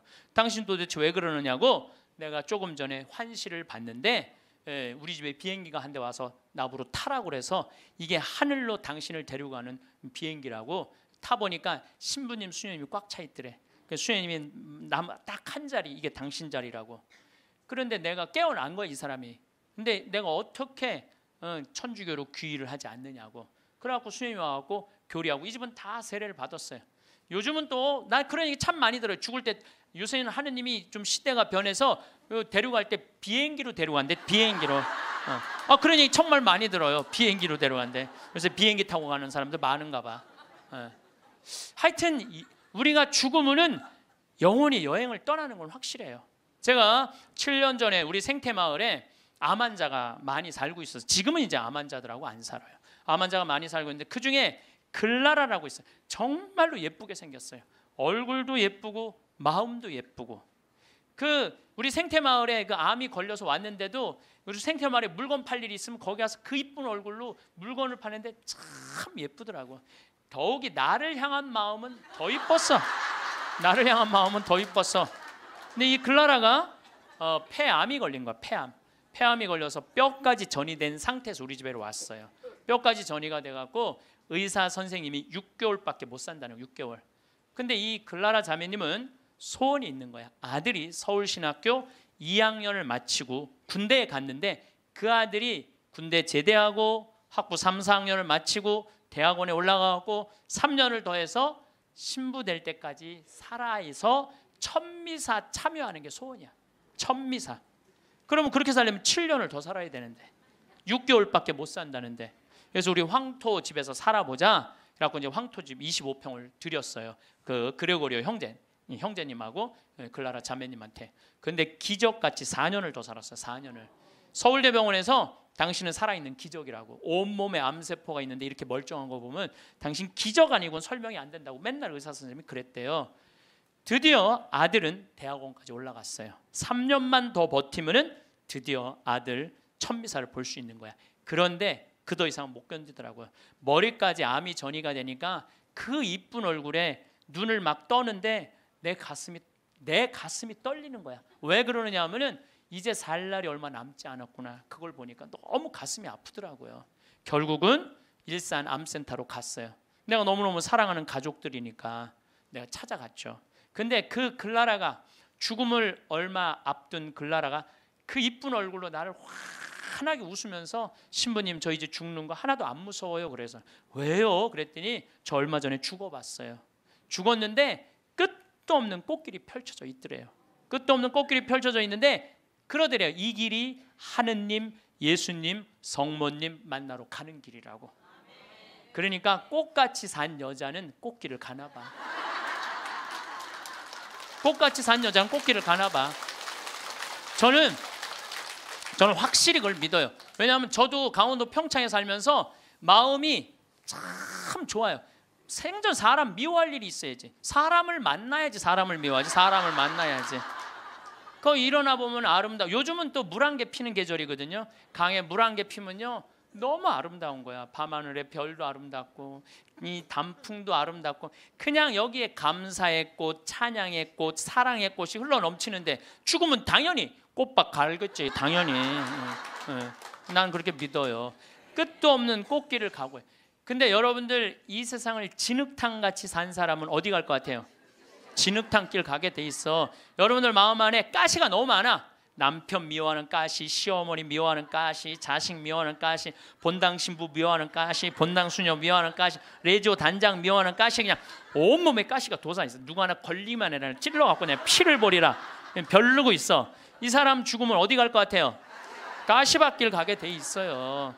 그러니까 여러분들 죽어서 가시밭에 뒹굴르기 싫으면은 지금 내 마음 안에 있는 가시 빼내야 돼, 빼내지 말아야 돼? 누구를 위해서? 그러니까 여러분들 남을 용서하는 게 기분 나쁜 게 아니에요. 남을 용서하는 거는 나를 위해서 용서하는 거야. 그 사람을 위해서 용서하는 게 아니고. 그러니까 다 가시를 빼고 마음 안에 사랑의 꽃, 용서의 꽃, 희생의 꽃, 감사의 꽃, 찬양의 꽃이 있어야 돼. 근데 뭐 여기 많은 교우들 중에 신부님 좀 미워서 죽게 자랑이 아니에요. 그게 나 곧 가시밭길 뒹굴로 준비돼 있어요. 그 얘기하고 똑같은 거예요. 끝도 없는 꽃길이 펼쳐져 있더래요. 너무 행복하더래요.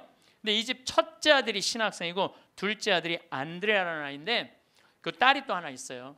근데 이 둘째가 너무너무 괜찮은 애야. 엄마 아빠는 우리 생태마을에 와서 4년을 살았지. 이 형은 신학교 들어가 있지. 여동생 밥을 고등학생, 수험생 얘가 다 해주는 거야. 대학생이 자기 대학 다니면서.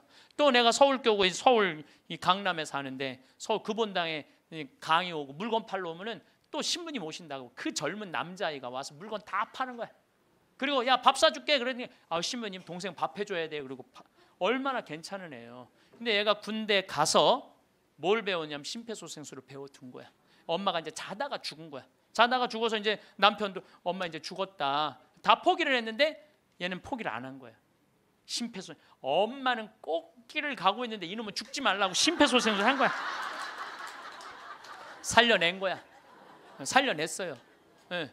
살려내갖고 엄마가 살아난 상태에서 내가 한 번 더 본 거죠.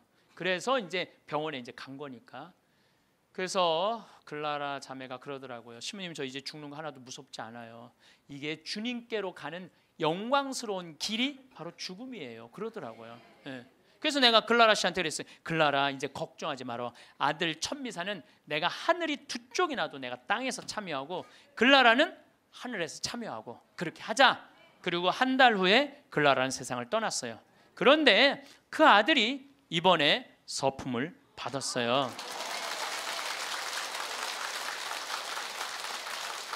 그런데 문제는 그 아들 서품 받을 때 나는 하와이 해외 강의 중이었어요.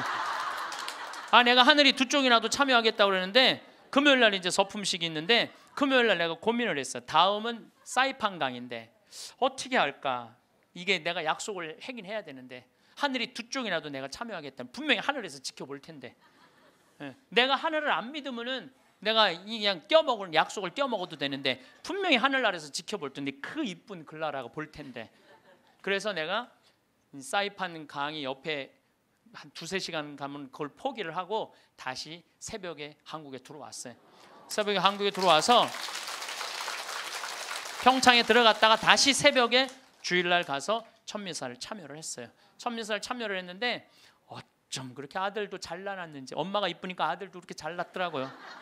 미사를 봉헌하는데 너무 잘하는 거야. 정말 첫 미사 엄마를 위해서 난 봉헌하는 것 같더라고 느낌이. 그래서 뭐 나는 수원교구 신부니까 뭐 우리 서울교구 교우들 있고 신부님들 와 있는데 뭐 나는 뭐 잘 알지도 못하니까 하늘에다 대고 얘기했어요. 글라라 아들 정말로 잘나서 하느님한테 정말 잘 봉헌했다. 어쩜 저렇게 미사를 잘 봉헌하고 말도 나보다 어쩜 더 잘해. 내가 계속 글라라고 얘기했어요. 나 이제 천미사 참여했다. 나 약속 지켰다. 그리고 다음 날 내가 사이판으로 다시 갔어요. 근데 그 안드레아라는 동생이 미국 유학 중인데 형 서품식이니까 들어왔어. 사이판 갔다가 다시 만났어요. 내가 안드레한테 물어봤어요. 내가 너 요즘 네 강의를 한다. 네가 엄마 살려낸 강의 하는데 너 엄마 정말 살려낸 거 맞냐? 이렇게 자기가 정말 살려낸 거 맞다는 거예요. 우리가 죽는 걸로 끝나는 게 아니에요. 하늘나라로 꽃길로 여행을 떠나는 거예요. 여러분들 이제 죽는 거 싫어요? 좋아요? 이제 진짜 좋아요? 좋아해야 돼. 우리 그리스도인이 죽는 걸 싫어하면 안 돼. 그래도 죽는 게 싫어. 그래도 살아있는 게 나아. 왜 여러분들 죽는 게 싫은 줄 아세요? 생이별 때문에 그래요. 첫 번째 죽는 게 싫은 건 두려움. 죽음 이후에 어떤 세상이 펼쳐질지 희미하게 아니까. 사도 바오로 말대로 희미하게 아니까 그리고 내가 천당을 갈지 연옥을 갈지 진옥을 갈지 나는 모르잖아. 그러니까 죽는 게 두려워. 두 번째 죽는 게 두려운 이유는 생이별 때문에 그래요. 죽음은 더 이상 사랑하는 남편 볼 수 없잖아. 죽음은 더 이상 사랑하는 아내 볼 수 없고 아무리 천당을 간다고 해도 이별 아니에요. 사랑하는 자식 볼 수 없고 사랑하는 부모 볼 수 없는 거예요. 지난 봄에 내 친한 동창 신부 아버지가 돌아가셨어요. 근데 나는 그 신부하고도 친하지만 그 아버지하고도 참 친했어요. 그 아버지가 얼마나 나를 좋아했느냐면은 안중분인데 요맘때만 되면 쌀을 쪄서 햅쌀을 갖고 평창까지 갖고 오시는 거예요. 그래갖고 신부님이 새쌀, 햅쌀 먹으라고. 그렇게 친했던 아버지가 나하고 또 똑같이 위암도 같이 걸렸어. 그 같은 시기에. 근데 그분은 3기, 나는 1기. 그래서 나는 뭐 아무 문제가 없었는데 3기인데 안 되겠더라고요. 그래서 이제 84살에 돌아가신 거 이번 봄에. 근데 이렇게 이제 관에 누워 계신 걸 보니까 우리 아버지도 84살이거든요. 아버지도 84살이니까 우리 아버지도 이제 세상을 떠날 날이 얼마 남지 않았구나 이런 생각이 드는 거예요. 나도 아버지하고 이별할 날이 얼마 남지 않았다는 생각을 하니까 갑자기 슬프더라고. 이별을 해야 된다는 생각에. 내가 아버지를 정말 좋아하거든요. 참 잘생겼어요 우리 아버지. 잘생겼거든요 아버지가. 참 잘생겼어요. 그리고 아주 선비 같고 보면 아주 기분이 좋아요. 근데 이 좋은 아버지하고 이별해야 된다니까 슬프더라고. 그래서 내가 그때부터 나하고 약속한 게 있어. 한 달에 한 번 아버지하고 반드시 밥을 먹으리라. 그래서 아무리 바빠도 수원 근처에 강의 가면은 전화를 해갖고 아버지하고 밥을 먹어요. 그래서 내가 아버지 보면서 이제 그 얘기는 안 하죠. 아버지 죽을 날이 얼마 남지 않아서 밥 먹는다. 그 얘기는 내가 안 해요. 아버지 죽을 날이 얼마 남지 않아서 밥 먹는다. 그런 얘기는 안 해도 이렇게 보면서 내가 이 아버지랑 자주 밥 먹어야지. 앞으로 보면 얼마나 보나. 1년에 그래봤자 12번밖에 더 먹어요. 여러분 그렇지 않아요? 늙으신 부모님들 내가 기껏 봐야 얼마나 보겠어. 20년밖에 더 보겠어 아버지. 그러다 아버지가 100살에 돌아가셨어. 그러면 난 슬프지 않을 거라는 거예요. 그때는 떠나보낼 수 있어요. 살 만큼 살면은 떠나보낼 수 있어요. 이번에 그 성심원이라는 보육시설이 있어요. 우리 수지에. 근데 거기에 상설자 수녀님이 김마리아 막달레나라는 수녀님인데 99살에 돌아가셨어요. 99살에. 며칠 전에 우리가 장례미사 갔는데 수녀님이 평생 1400명의 아이들을 길러낸 거야. 그 수녀님이 1400명을 길러내고 신부를 그 보육시설에서 5명을 만들어냈어. 신부를. 그 수녀님이 최대 업적인 것 같아, 내가 보기에는. 그리고 그 수녀님은 나이를 먹으면 먹을수록 이쁜 얼굴이었어요. 참 예뻤어요. 그 수녀님 아는 분들은 제가 무슨 말을 하는 줄 알아. 근데 99살에 우리가 돌아가시기 전에 백수미사도 해드렸거든. 백수미사도 해드리고. 근데 이제 이렇게 수녀님 누워 계신 걸 보면서 참 멋있게 살다 가니까 하나도 안 슬픈 거예요. 하느님한테 갔구나 이런 생각을 하니까. 사람은 그렇게 가야 돼요. 우리 아버지가 100살까지 살다가 행복하게 하면 난 행복하게 떠나보낼 수 있다 이거. 아버지 떠나보낼 수 있어요. 그런데 이번에 세월호에서 죽은 애들, 피지도 못한 꽃이 죽으면 가슴이 아파요, 안 아파요? 얘네들 때문에 왜 아픈지 알아요, 여러분들? 얘네들 엄마들 생각을 해봐. 밥 한 번 더 차려주고 싶고, 한 번 더 쓰다듬어 주고 싶고, 장가도 보내고 싶고, 시집도 보내고 싶고, 쑥쑥 자라고 웃는 모습 하나만 봐도 너무 예쁘고 좋은데 이젠 더 이상 아무리 밥을 차려주고 싶어도 차려줄 수도 없고, 아무리 같이 손잡고 여행을 가고 싶어도 갈 수가 없는 거예요. 내가 아무리 세월호에서 죽은 아이들 천당 접수했다고 이야기한들 이 엄마들한테 위로가 될까요? 이별이 그래서 슬픈 거예요. 사랑을 마저 하지 못했기 때문에. 여러분들 사랑 마저, 이제 좀 사랑 좀 하려고 그랬는데 죽으면 아파요, 안 아파요? 그래서 저는 사랑도 나중에 하지 말아라. 사랑도 언제 해라? 지금 해라. 죽고 난 다음에 울며 불며 통곡하지 말고. 여러분들 주위에 있는 사람들 어떻게 다 소중한 사람들이에요. 지금 사랑해야 돼. 나중에 사랑. 그 어떤 아버지가 단식하고 막 그러면서 그 아이한테 해주지 못한 게 너무 가슴 아프다고 그러잖아요. 죽고 난 다음에 후회하지 말라는 거예요. 옆에 지금 얼마나 소중한 사람들이 있는데 그 소중한 사람들한테 함부로 대하냐 이거예요. 내가 본당 신부할 때도 60살 먹은 엄마가 죽었어. 40살 된 놈이 와갖고 울며 불며, 생전 찾아오지도 않던 놈, 뭐 4년 5년 한 번도 안 찾아온 놈이 울며 불며 이런 말해요. 왜 죽느냐고. 조금만 더 살면 내가 효도할 텐데. 그 자식은요, 엄마 80에 죽어도 그때 와서 뭐라 그래? 왜 벌써 죽느냐? 좀만 살아도 내가 효도할 텐데. 지금 효도하지 못하는 자식은요, 나중에 절대 효도 못합니다. 여기 지금 60, 70 되신 분들, 지금 40, 50 된 자식들 나중에 효도할 것 같아요? 점점 못합니다. 지금 못하는 자식은 나중에도 못하는 거예요. 그러니까 여기 지금 40, 50 되신 분들, 30 되신 분들, 내가 부모님한테 나중에 효도해야지. 어린 반푼어치도 없어요. 지금 하지 못하면 나중에도 못하는 거예요. 사랑도 마찬가지고 지금 해야 돼. 죽고 나서 울며 불며 아이고 불쌍해서 어떻게 해. 사랑도 마저 못했는데 그러지 말라는 거예요. 그래서 이별이 슬픈 거예요. 오늘은 제가 영상을 준비하면서도 참 마음이 먹먹했습니다. 제 자식 생각도 많이 하게 되었는데요. 자녀들의 노예가 되어서 벌벌 떠는 부모가 늘고 있습니다. 나이가 들수록 피하고 싶어도 피할 수 없고 꼭 마주해야 할 문제들이 있습니다. 영상을 보시면서 부모와 자식 그리고 형제들의 관계를 떠올려 보시고 돈과 관련해서 은퇴하는 부모가 어떤 선택을 하는 것이 좋을지 충분히 고민해 보시길 바랍니다. 자식에게 상처받지 않고 살아가는 5가지 방법도 함께 들으시면 좋겠습니다. 등잔 밑이 어둡다는 말도 있듯이 핏줄이라는 인연이 돈과 관련해서 어떤 변화를 일으킬 수 있는지 생각해보는 시간이 되었으면 좋겠습니다. 원시 불교의 경전 아함경에 이런 이야기가 실려 있습니다.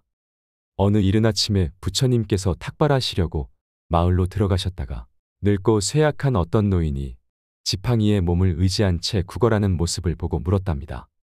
어찌하여 늙고 쇠약한 몸인데도 거리에서 구걸을 하고 계십니까? 라고요. 그랬더니 구걸하고 있던 노인이 하는 말이 아들을 키워서 며느리를 맞아들이고 자식에게 재산을 물려주었더니 늙은이는 더 이상 필요 없다고 쫓아내는 바람에 이제 의지할 곳도 없는 처지라서 이렇게 걸식하고 있습니다 하더랍니다. 그 말을 듣고 있던 부처님은 그 노인에게 부처님의 공덕을 찬탄하는 교리가 기록된 개송을 일러주면서 많은 사람들이 있는 곳에서 그 개송을 나누라고 하였습니다. 어차피 의지할 곳도 없는 구걸 노인은 부처님이 시키는 대로 여기저기 돌아다니면서 사람들에게 개송을 전하기 시작했습니다. 나는 아들을 낳았다고 기뻐했고 그 아들을 위해 애써 재산을 모았으며 아들을 위해서 며느리를 들인 후에 재산을 물려주었는데 결국은 집에서 쫓겨나게 되었다네. 마을에 어떤 불황한 자식이 늙은 아비를 등지고 버렸으니 얼굴은 비록 사람이지만 그 마음은 나차락귀라네.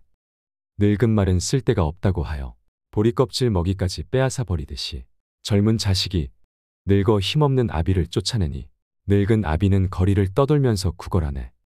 내가 늙어 지팡이에 의지하게 되고 보니 자식이란 지팡이보다도 못한 것, 자식이 귀하다고 사랑만 할 것 아니라오. 지팡이는 소나 개를 막아주고 험한 곳에선 나를 지탱해주며 가시덤불도 헤쳐가게 해주니 말없는 지팡이가 못된 자식보다 훨씬 낫다오. 이 이야기를 들으니 무슨 생각이 드셨나요? 핏줄이라는 이름으로 된 빨대는 늘 면죄부를 얻습니다. 사람들은 핏줄이라고 말하면서 이렇게 해야 한다, 저렇게 해야 한다를 규정합니다. 어쩌면 우리는 핏줄이라는 것만으로도 감동받아야 한다고 교육되어 온 것일지도 모릅니다. 핏줄조차 이미 단맛의 빨대들로 맺어져 있다는 것을 아는 사람은 많지 않습니다. 빨대가 견딜 수 없을 정도의 매운맛이라면 핏줄이라는 것도 소용이 없구나 하는 순간이 올 것입니다. 하지만 사람들은 이것을 사랑이라고도 부릅니다. 사랑이 빨대로 둔갑했지만 핏줄이기 때문에 그냥 사랑인 줄로만 아는 것입니다. 20이 넘은 40대의 자식조차 핏줄이므로 늙어가는 아비에게 빨대를 꽂아도 당연하다고 여기는 것이 흔한 일이 되었습니다. 요즘 사회적으로 많이 다뤄지는 문제들 중 하나가 부모와 자식 간의 관계를 돌아보게 만드는 일입니다. 실제로 자식에게 꼼짝 못하고 하루하루를 눈물만 흘리며 사는 부모가 해마다 늘고 있습니다. 자식이 자립할 기회를 빼앗은 대가를 부모가 치른 이 비극들은 자립을 원치 않았던 부모에게도 상당한 문제가 있었기 때문에 발생한 것입니다. 도움만 받으려는 자식, 집 안 나가는 자식을 잘못 키운 벌입니다. 그래서일까요? 빨대 때문에 재정이 바닥난 부모들은 결국 이런 하소연을 합니다. 안 주면 맞아 죽고, 밥만 주면 쫄려서 죽고, 다 주면 굶어 죽는다고 말이죠. 큰아들은 큰 도둑이고, 작은 아들은 작은 도둑, 딸은 예쁜 도둑이라고 하는데요. 손자 손녀는 좀 도둑이고, 마지막으로 사위와 며느리는 망보는 사람이다라는 우스갯소리도 있습니다. 웃자고 한 이야기로 생각할 수 있지만 씁쓸한 마음도 드는 것이 사실입니다. 이 말을 그저 아무렇지 않게 외면할 수만은 없는 이유가 무엇일까요? 현대를 살아가는 사람들에게 돈은 핏줄의 배신을 부르는 특별한 도구일지도 모른다는 생각이 듭니다. 돈 없이 살 수 있는 세상이 아니기 때문에 돈에 집착하는 마음을 모르지 않지만 핏줄까지 끊어버리는 비정함이 녹아 있을 거라고 믿고 싶진 않습니다. 하지만 현실은 제 생각을 오답이라고 말합니다. 철부지 같은 생각을 하지 말라고 말이죠. 얼마 전 언론에서 다뤄진 기사에서 폐륜 범죄, 돈은 피보다 진했다라는 내용이 소개된 적이 있었습니다. 평생 땀 흘려서 일하면서 5남매를 키우고 은퇴했던 김 씨는 자녀들이 장성한 후에도 현금은 물론이고 집과 자동차를 사주면서까지 자식들을 위해서 경제적 지원을 아끼지 않았답니다. 그러던 어느 날 시집을 갔던 딸이 하는 말이 집을 사주면 아버지가 돌아가실 때까지 돌보겠다는 약속을 하더랍니다. 그 말을 믿었던 아버지는 마지막 남은 재산을 정리해서 빠르게 넘겼다는 겁니다. 그런데 딸과 함께 산 지 불과 2달 만에 갖은 구박을 당하면서 집에서 쫓겨나고 말았답니다. 집을 사주면 돌아가시는 그날까지 돌봐줄 거라고 믿었던 김 씨는 아닌 밤중에 홍두깨라고 월세 20만 원의 영세민 아파트에서 하루하루를 보내는 신세로 전락하고 말았습니다. 돈이 없는 탓일까요? 자식들에게 도통 연락조차 오지 않는답니다. 이런 모습은 김 씨가 원했던 일상이 아니었습니다. 열심히 돈을 벌어서 자식들 고생하지 말라고 마지막 남은 재산까지 아낌없이 주었는데 어떻게 자식들이 이럴 수가 있을까? 원통하고 분한 나날을 보내야 했다는 겁니다. 생각하면 할수록 자식들이 괘씸해서 자식을 상대로 소송까지 불사한 김 씨는 딸에게 준 돈의 일부를 돌려받았지만 마음속에 대못이 박힌 상처는 아물지가 않는다고 합니다. 그러면서 읊조리듯 이런 말을 하더군요. 결국엔 내가 잘못한 겁니다. 나는 내 자식들이 나한테 이렇게 할 줄 몰랐습니다. 되돌아갈 수만 있다면 이런 일이 없었으면 좋겠습니다라고 말이죠. 이미 가버린 세월을 되돌릴 순 없습니다. 어떤 선택을 하였든지 그 결과는 언제나 자신이 감당해야 할 몫이 되고 맙니다. 이번 사건을 접할 때마다 핏줄도 믿을 수 없다면 무엇을 믿고 살아야 하는 건지 혼란스럽기도 합니다. 자신의 핏줄을 물려받은 자식들에게 배반당하는 슬픔이 어떤 감정인지 헤아릴 순 없지만 그 어떤 아픔이 이보다 아플 수 있을까요? 물론 모두가 그렇지는 않을 것입니다. 그래도 자녀를 키우는 부모라면 경제적인 면에서 자녀와의 관계 설정을 분명히 해둘 필요가 있을 것 같습니다. 사랑이라는 이름으로 경제적 지원을 아끼지 않는 것이 해피엔딩으로 끝나야 하는데 실상은 반대로 끝나는 일이 적지 않으니까요. 요즘 아이들 중에는 친구와 싸우면 우리 집 돈 많아 이렇게 말한다고 합니다.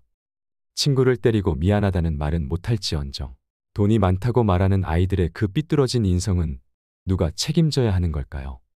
마음이 아프지만 버젓이 일어나고 있는 엄연한 현실입니다.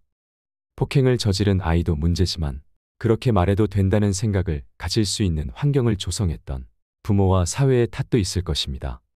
우리 어른들이 먼저 이러한 현실에 대해 한번 생각을 해보셨으면 합니다.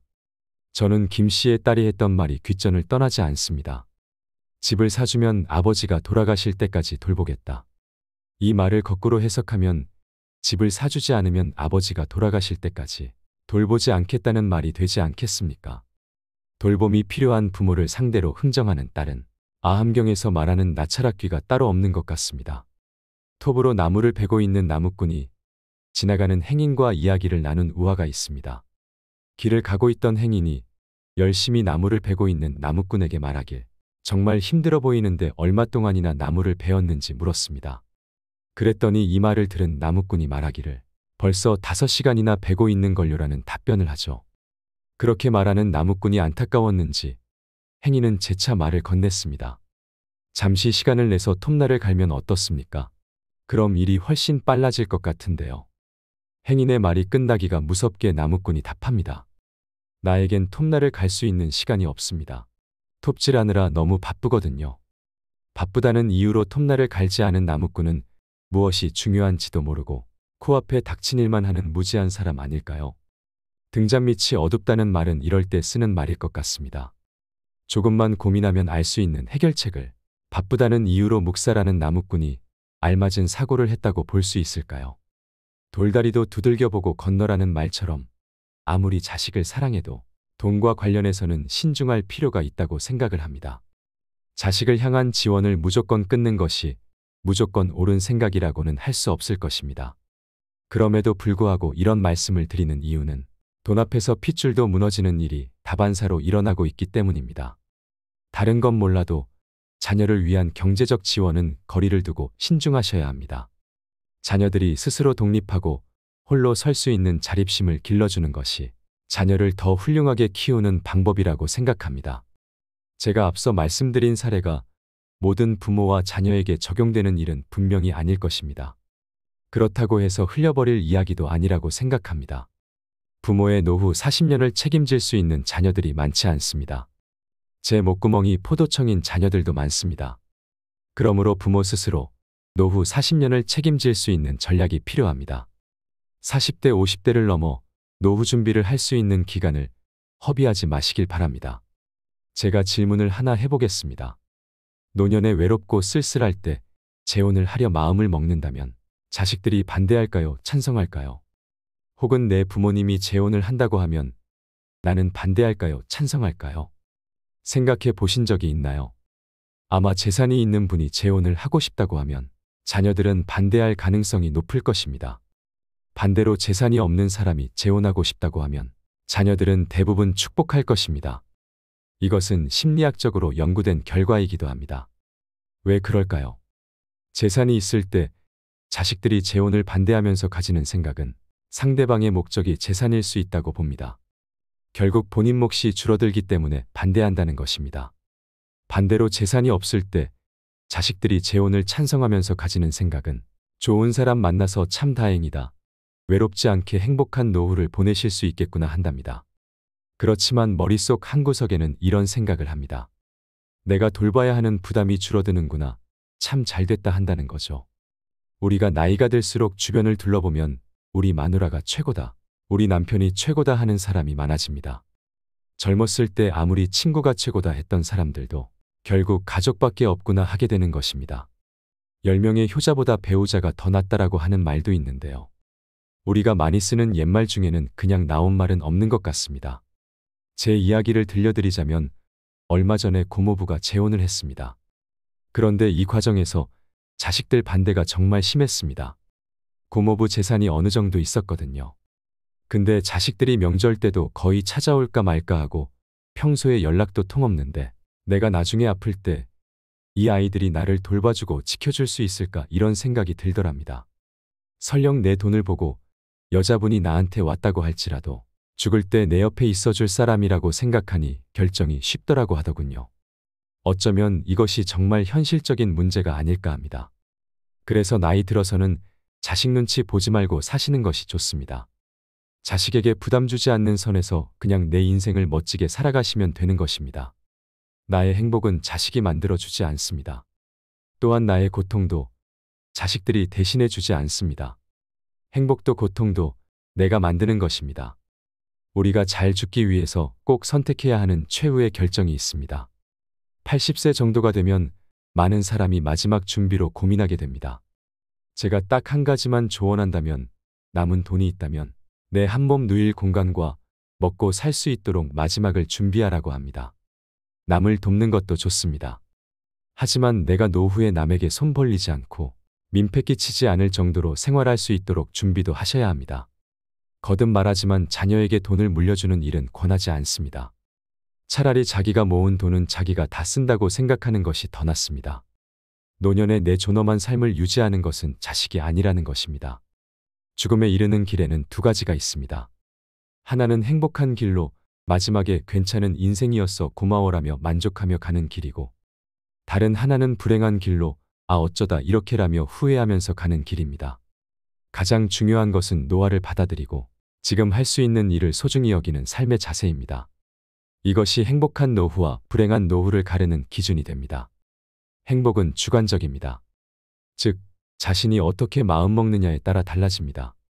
예를 들면 노화를 한탄하여 이제 이것도 할 수 없고 저것도 할 수 없다며 없다를 되뇌기만 하면서 사는 사람이 있고, 노화를 받아들여 아직 이것도 할 수 있고 저것도 할 수 있다며 있다를 소중히 여기면서 사는 사람이 있습니다. 어느 쪽이 행복할까요? 자식에게 상처받지 않는 5가지 방법을 말씀드리겠습니다. 나이가 들면서 우리의 마음은 쉽게 흔들리고 약해집니다. 자식이 뭐라고 하면 괜시리 많이 섭섭해지지요. 남도 아닌 내 뱃속에서 나온 자식에게 상처를 받을 때는 마음이 더 아프고 힘이 듭니다. 그래서 오늘은 자식한테 상처받지 않고 살 수 있는 방법을 말해보려고 합니다. 자식한테 상처받는 것은 첫 번째로 너무 기대를 하기 때문입니다. 자식에게 기대를 하지 말아야 합니다. 기대가 크면 실망도 큰 법이기 때문입니다. 자식은 내가 비록 낳았지만 내가 아니고 나와 다름을 인정해야 합니다.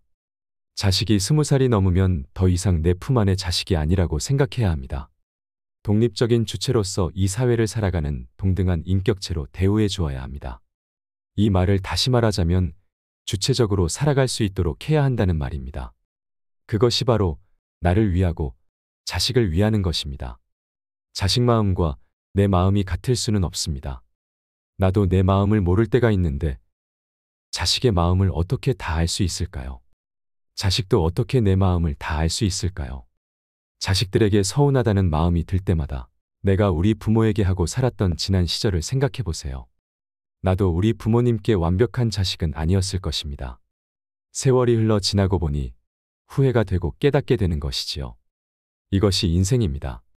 무언가를 바라지 않고 할 만큼 했다고 생각을 하고 키워준 덕을 잊고 살면 자식에게 섭섭할 것도 없고 내 자식을 불효자로 만들지 않을 수 있습니다.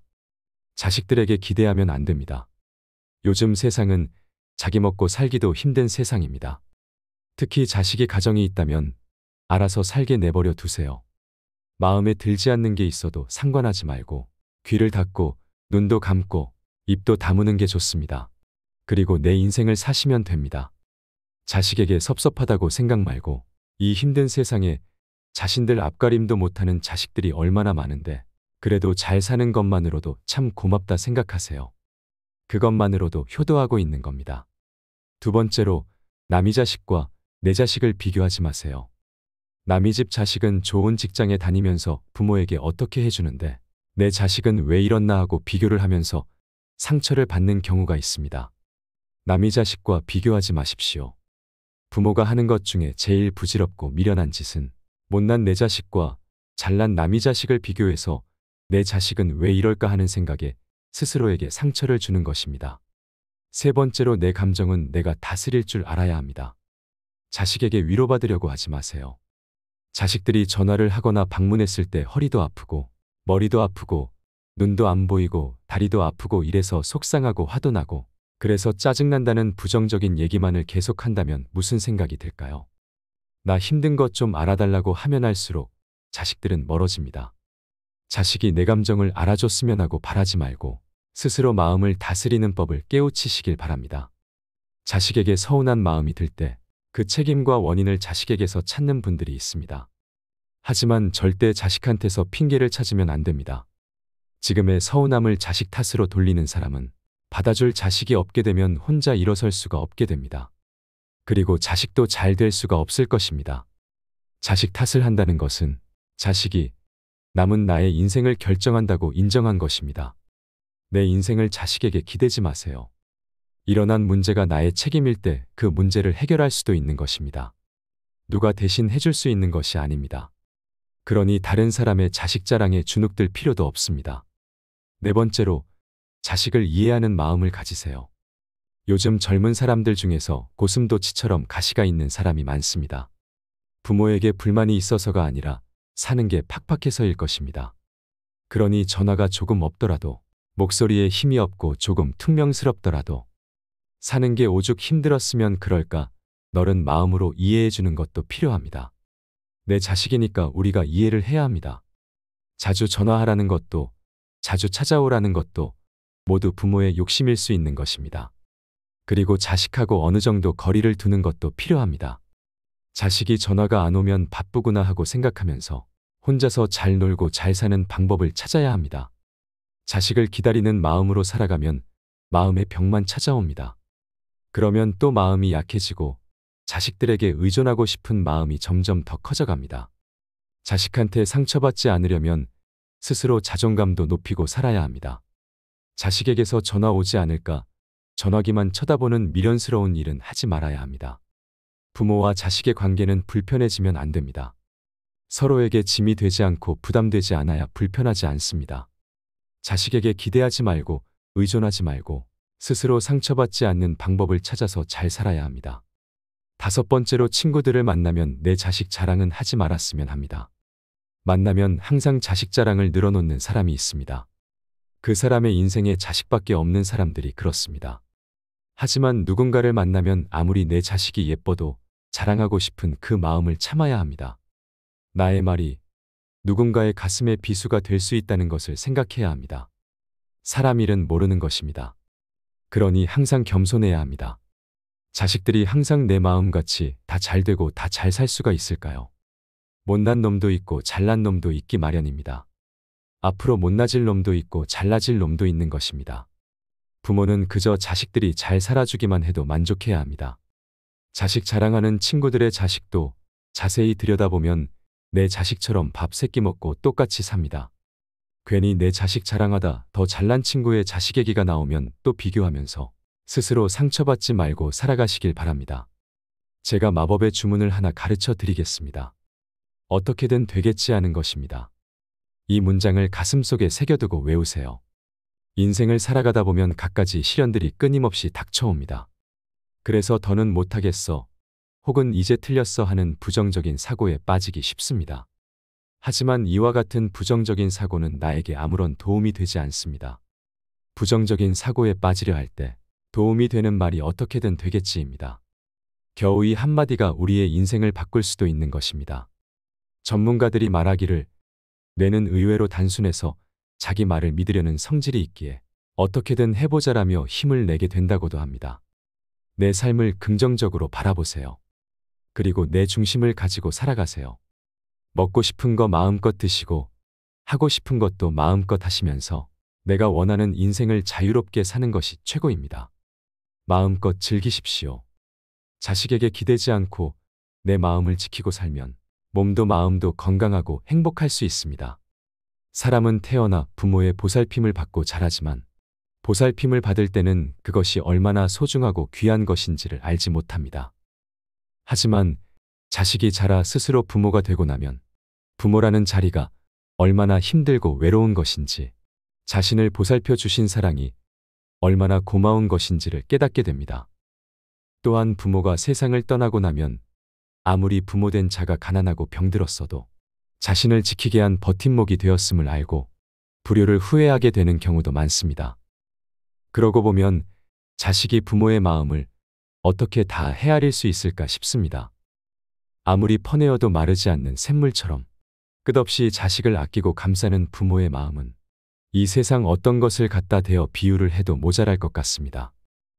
얼마 전 TV에서 부모를 버리는 자식에 관한 보도물을 본 적이 있습니다. 거동하기도 힘들고 병든 아버지를 며칠 동안이나 방치해서 죽게 하거나 고부간의 갈등으로 괴로워하다 중년의 가장이 노모와 함께 생을 등지는 일이나 겉으로 보기에는 한적한 전원주택처럼 보이는 외딴 곳에 그냥 부모를 모셔두면서 사람들에게는 효도하는 척 흉내만 내고 정작 얼굴은 한 번 보이지도 않는 파렴치한 자식까지, 우리 사회의 어두운 단면들에 관한 보고였습니다. 물론 이 사회에는 병든 부모님을 성심껏 모시는 효성 깊은 자식이 더 많을 것입니다. 개인적인 사정으로 요양원이나 요양병원에 모시면서 가슴 아파하고 뒤로 눈물 흘리는 자식들도 많겠지요. 하지만 자식을 버리는 부모보다 부모를 버린 자식이 더 많은 이유는 자식이 부모의 마음을 알기 힘들어서가 아닐까 싶습니다. 그리고 이토록 팍팍한 세상에 자신이 받은 은혜를 다 잊어버리고 혼자 이 세상에 태어난 것으로 여기기 때문은 아닐까요? 젊었을 때 자식을 위해 모든 것을 희생하신 우리의 부모님들은 이제 병들고 지쳐서 총기도 잃어가고 보살핌 없이 살아가기 힘든 약한 존재가 되는 순간이 옵니다. 세월이 더 흐르면 갓 태어난 어린아이와 마찬가지로 끊임없이 사랑하고 보살피지 않으면 금방 시들어버리는 그런 존재가 되기도 합니다. 자식에게 짐이 될까 운동도 열심히 해보고 마음 공부도 해보지만 찾아오는 세월을 거스를 수 없는 것이 우리 인간이지요. 버림받은 부모가 느끼는 가장 큰 슬픔은 앞으로 살아갈 날에 대한 걱정이 아닙니다. 자식에게 버림받았다는 사실, 온갖 정성으로 키워온 꽃 같은 내 자식이 늙었다는 이유로 나를 외면했다는 절망감입니다. 직접적으로 부모를 갖다 버렸다고 해서 그것만 불효가 되는 것은 아닙니다. 같은 집에 살고 있어도 매일 따뜻한 말 한마디, 고운 낯빛 한 번 보이지 않는 것, 부모가 이해하지 못한다고 대화에서 소외시키는 사소하고 작은 행동이 부모의 가슴을 멍들게 하는 것입니다. 이 세상에 늙지 않는 사람은 없습니다. 누구나 생의 끝자락에는 힘없고 보잘것없는 노인이 되고야 말지요. 그런 자신의 모습을 생각해 본다면 지금의 부모를 저버릴 수 있을까요? 부모에게 돈으로 하는 선물, 물질로 보이기 위한 효도가 아니라 진심으로 건네는 따뜻한 말 한마디가 더 소중하지 않을까 싶습니다. 마음에도 없는 선물을 하기보다는 부모님과 눈을 맞추고 손을 꼭 잡아드리면서 사랑하는 마음을 표현해 보세요. 표현할 수 있는 지금이 다시는 오지 못할 가장 소중한 시간입니다. 이상으로 책틀맨이었습니다. 지혜를 쌓는 당신의 오늘이 아름답습니다. 더 좋은 영상으로 찾아뵙겠습니다.